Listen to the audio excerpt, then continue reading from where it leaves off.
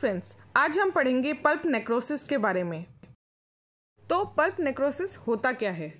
Pulp necrosis का मतलब होता है पल्प टिश्यू की डेथ।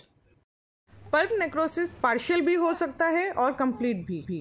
पार्शियल पल्प नेक्रोसिस में पल्प टिश्यू का कुछ पोर्शन डेड होता है और जो कंप्लीट पल्प नेक्रोसिस होता है उसमें पूरा का पूरा पल्प टिश्यू डेड हो जाता है। पल्प नेक्रोसिस दो तरीके का होता है, कोआगुलेशन नेक्रोसिस और लिक्विफैक्शन नेक्रोसिस। कोआगुलेशन नेक्रोसिस में सभी सेल का प्रोटोप्लाज्म ओपेक हो जाता है। हिस्टोलॉजिकली जो सेल मास है उसे रिकॉग्नाइज तो कर सकते हैं, पर इंट्रासेलुलर डिटेल्स जो होती हैं वो नहीं होती हैं, लूज हो जाती हैं। वहीं लिक्विफैक्शन नेक्रोसिस में पूरी की पूरी सेल की आउटलाइन लूज हो जाती है, मतलब गायब हो जाती है। और जो लिक्विफाइड एरिया होता है वो कई तरीके के सेल से सराउंड हो जाता है, जैसे कि polymorphonuclear leukocyte, chronic inflammatory cell इत्यादि।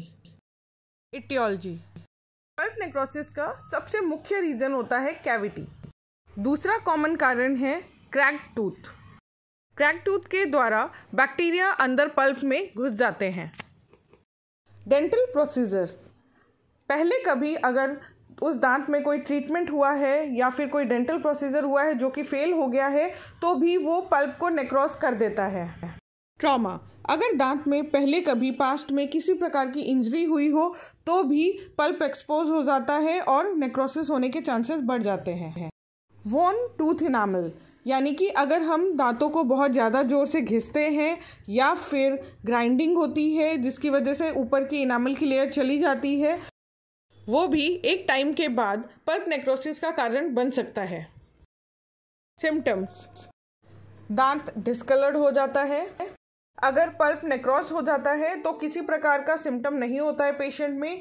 पेशेंट पुरानी कोई हिस्ट्री देता है ट्रॉमा वगैरह की या फिर कोई फेल्ड डेंटल प्रोसीजर की।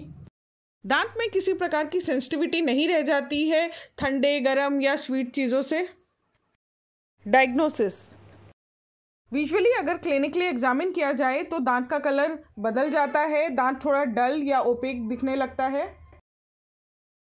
कंप्लीट नेक्रोसिस में बिल्कुल भी पेन नहीं होता है और अगर पार्शियल नेक्रोसिस है तो थोड़ा बहुत पेन होने के चांसेस हैं।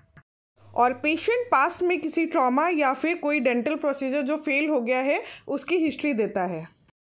पल्प वाइटैलिटी टेस्ट में कोई रिस्पॉन्स नहीं देता है दांत, पर मल्टी रूटेड टीथ में कई बार होता है कुछ पोर्शन पल्प का बचा हुआ होता है, पूरी तरह नेक्रोस नहीं होता है, जिसके कारण पॉजिटिव रिस्पॉन्स भी आ सकता है।